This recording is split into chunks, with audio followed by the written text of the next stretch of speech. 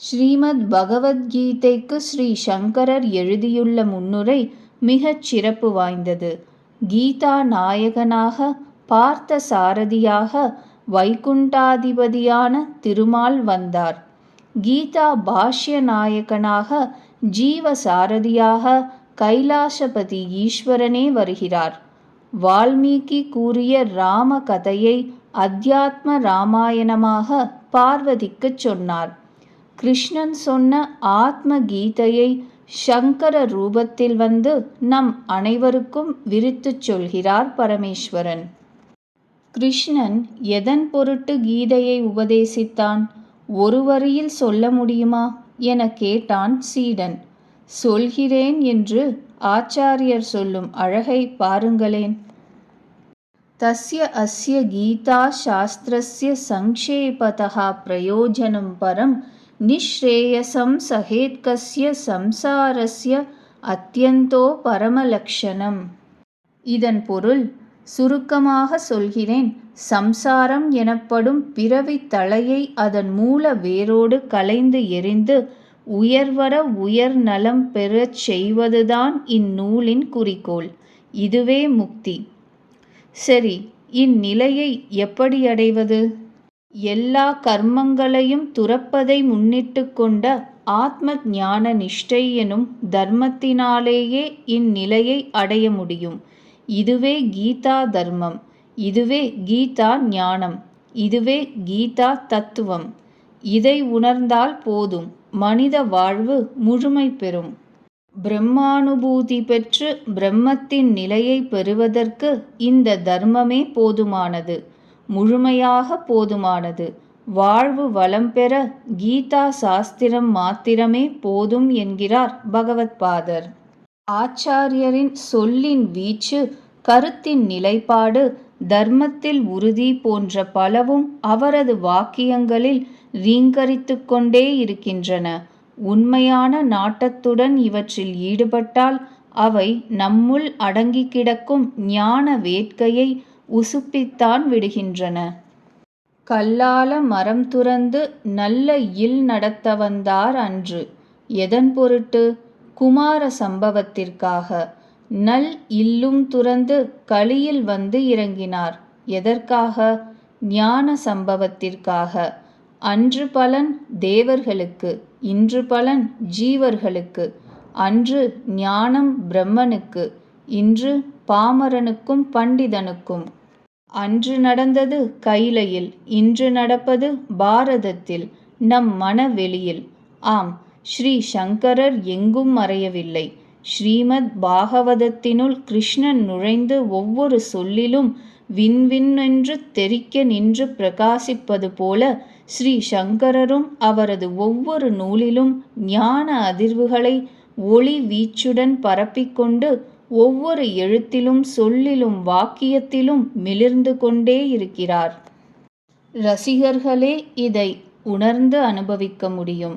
இரண்டற்ற பிரம்மத்தில் ஒன்றி நிற்கும் அனுபவ ஞான நிஷ்டைக்கு கர்ம யோகம் சாதனமாக அமைவதால் கீதை கர்ம நிஷ்டை, ஞான நிஷ்டை இரண்டையும் கூறுகிறது. இரண்டுமே முக்திக்கு மறைமுகமாகவும் நேரடியாகவும் சாதனங்களாக பயன்படுகின்றன. அதேதான் சமயத்தில் சொல்ல வந்த பிரம்மமாகிற வாசுதேவன் எனப்படும் பரமாத்ம தத்துவத்தை சிறப்பாகவும் வெளிப்படுத்துகிறது. பரமார்த்த தத்துவஞ்ச வாசுதேவாக்கியம் பரம் பிரம்மாபிதேயபூதம் விசேஷதः அபிவ்யஞ்சயத். கிருஷ்ணன் கருத்து இதுதான் என்று திண்ணமாக உணர்ந்தே இதை உணர்ந்தால் என்ன புருஷார்த்தங்களும் கைகூடும் என்பதும் அறிந்தேன். எல்லோருக்கும் இந்த அனுபவ நிலை கிடைக்க வேண்டும் என்ற ஆசையில்தான் நானும் இந்த பகவத்கீதா சாஸ்திரத்திற்கு உரை எழுத முயற்சி செய்கிறேன் என்கிறார் பகவத்பாதர். கண்ணனின் வாக்கிற்கு கண்ணப்ப நாயனாரின் நாயகர் உரை எழுதுகிறார் போலும். ஸ்ரீ சங்கரரின் ஞான வீச்சு வெப்பம் தராதது, குளிர்ச்சி தருவது. கடும் கோடையில் குளிர ஒரு பாட்டம் மழை பெய்தால் எப்படியோ அப்படியாக்கம் சம்சார தாபத்தில் வாடும் நமக்கு ஆச்சாரியரின் வார்த்தைகள். படிக்கும் பொழுதும் எழுதும் பொழுதும் நினைக்கும் பொழுதும் நெஞ்சை குளிர வைக்கும். தாயின் கரம் போல் நெஞ்சை வருடும் ஹிதம். புரியாததையும் புரிய வைக்கும் ஆச்சாரிய ஹிருதயம். இங்கிதமான ஜாடைகளாலேயே புரிய வைக்கும் காந்தா சம்ஹிதை. கீதா பாஷ்யத்தில் 2வது அத்தியாயத்தில் பகவான் உபதேசத்தை துவங்கும் பொழுது எழுதும் உரையில் பிரம்மாத்ம அனுபவ ஞானமும் சாஸ்திர விகித வர்ணாசிரம தர்ம ரூபமான கர்மங்களும் இணைந்திருக்க முடியாது என்பதை ஆணித்தரமாக பல பிரமாணங்களையும் யுக்திகளையும் கொண்டு நிறுவுகிறார்.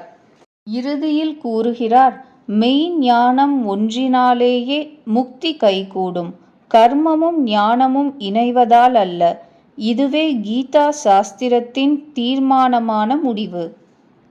எவ்வாறு இந்த கருத்தே எல்லா இடங்களிலும் பகவானால் உறுதிப்பட கூறப்பட்டிருக்கின்றன என்பதையும் ஆங்காங்கே எடுத்துக்காட்டுகிறார் பகவத்பாதர். என்ன உறுதி, என்ன தீர்மானம் சங்கரரது வார்த்தையிலே! அனுபவ ஞானமும் கர்மானுஷ்டானமும் வெளிச்சமும் இருட்டும் போன்றது. அனுபவ ஞானத்தில் உடல், புலன்கள் மற்றும் அவை சார்ந்தவற்றில் நான், எனது என்பவை கழன்று விடுகின்றன. இவனால் பயன் கருதியோ அல்லது பயன் கருதாமலோ கூட கர்மம் செய்தல் இயலாது. இரண்டற்ற ஏகத்துவத்தில் நிலை பெற்று அதையே எங்கும் காண்கின்ற ஞானியால் எவ்வாறு கர்மங்களில் ஈடுபட முடியும்? ஏனெனில் இவன் ஞான வெளிச்சத்தில் விழித்து கொண்டவன். அஞ்ஞான இருட்டு இருக்கும் வரையில்தான் பேத புத்தியும் அதனால் எழும் கர்மங்களும் இருக்க முடியும். என்ன ஆச்சரியம்! வெளிச்சம் வந்தால்தான் நமக்கு உண்மையான கைங்கரியமே. இருட்டில்தான் கர்மா என்கிறார் ஆச்சாரியர். நிஜமும் இதுதான். ஞான வெளிச்சத்தில் விழித்து கொள்ளும் போது கர்மம் தானே கழன்றுவிடும். நமக்கு இருட்டான அஞ்ஞானம் அடங்கிவிட்டால் உலகமும் கழன்று போகும். வேதாந்தம் தலைகீழ் வாதமாக அல்லவோ இருக்கிறது? இல்லை, நாம் காணும் உலகம்தான் தலைகீழாக இருக்கிறது. இதை நான் சொல்லவில்லை, கீதை சொல்கிறது என்கிறார். மேலே வேரையும் கீழே கிளைகளையும் கொண்டதாக சம்சார விருட்சம் என்றும் எங்கும் பரவி நிற்கிறது. தலைகீழாக இருப்பதுதான் சம்சார தர்மம் போலும். குழந்தை தலைகீழாக பிறந்தால்தானே சுகப்பிரசவம். சிருஷ்டியை நேராக பார்க்கச் சொல்லிக் கொடுக்கிறார் ஆச்சாரியர்.